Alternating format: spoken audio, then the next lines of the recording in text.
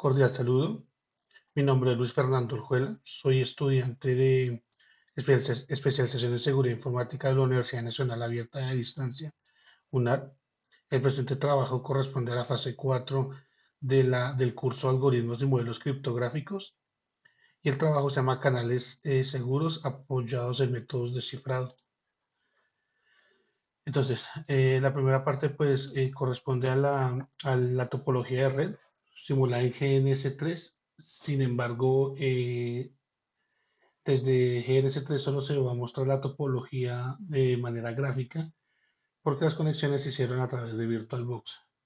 Entonces necesitamos un equipo emisor que es quien va a cifrar y enviar el documento vía VPN hacia un equipo receptor. Para eso se configuraron dos equipos en Ubuntu, dos servidores, el servidor EasyCorp emisor y el servidor EasyCorp receptor. Entonces, la primera parte fue la asignación de IPs. Acá presente se ejecutó el comando IP-A y en la interfaz ENP0S8 se asigna la IP 192.168.56.10 y para el caso del receptor la 192.168.56.11.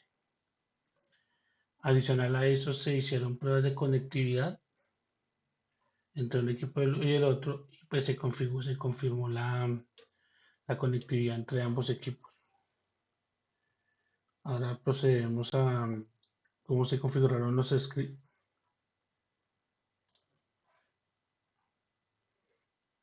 Entonces, primero para pues, la configuración del OpenVPN, se instaló sobre ambas máquinas. Se configuraron los certificados y claves, pero se configura solo en el equipo emisor, con esos comandos de key donde indican desde la ubicación desde donde se está haciendo la emisión y se ejecutaron estos procesos de construcción y se crea pues el archivo de configuración del servidor.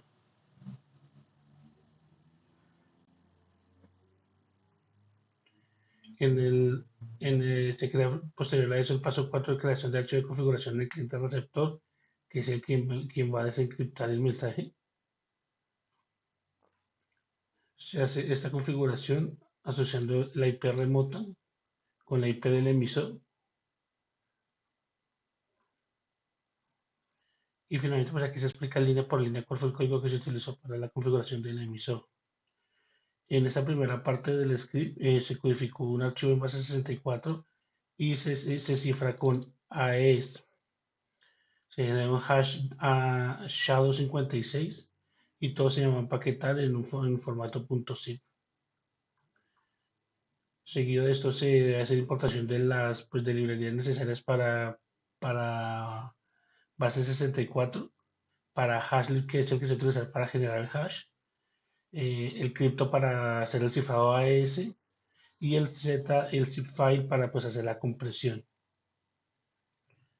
Se define el nombre del archivo original que se desea proteger a enviar. Luego se abre el archivo original en modo binario, sería el contenido y se codifica en base 64 con estos comandos. Posterior a esto, ese archivo en base 64 va a ser guardado de manera codificada en una nueva extensión que es la .b64 en esta parte. Se genera una clave aleatoria de 32 bits, que es el que utiliza el cifrado AES-256, y un vector de localización de 16 bits. Luego, pues, para crear el AES se crea el objeto en modo CFB. Finalmente se lee el archivo codificado y se cifra con la clave que fue generada anteriormente.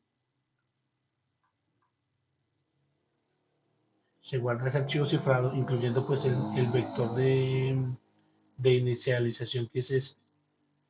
Al principio, pues para que el receptor pueda descifrarlo de manera correcta, se guarda la clave secreta en un archivo.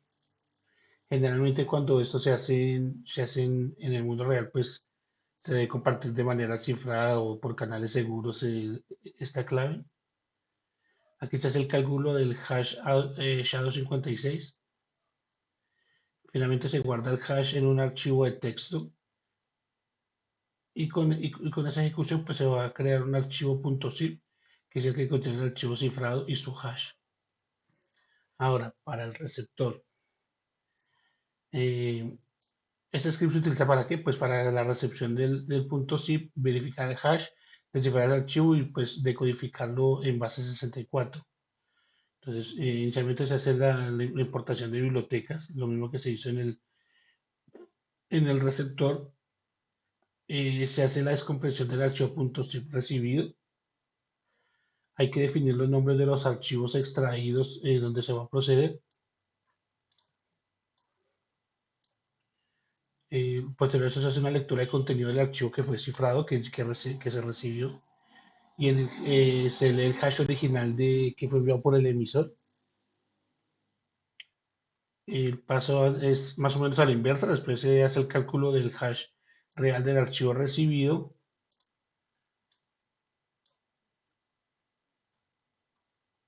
Se compara los hashes si no coincide para generar una alerta de archivo alterado. Se hace un cargue de la clave secreta que también tuvo que haber recibido haber sido recibido por un canal seguro. Aquí en la asignación de la clave se extrae el vector de inicialización, que es el IB. Al principio del archivo se descifra el resto para obtener el archivo en base 64. Se guarda el archivo descifrado en formato base 64 y se lee el archivo codificado y se decodifica hasta parar al documento original.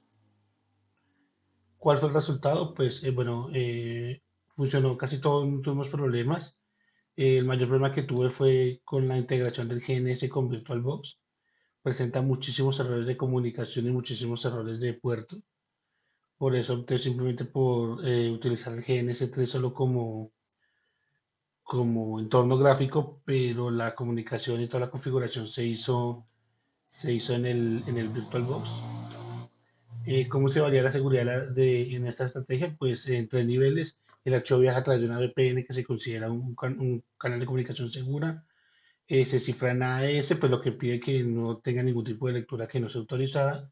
Y se genera un hash pues, que permite comprobar la integridad. Como habíamos visto en clases anteriores, el hash tiene que coincidir al final, pues por cada modificación que se haga, el hash cambia. Entonces se hace la validación de que no fue alterado de ninguna manera. Entonces, con esto se finaliza la presentación y muchísimas gracias.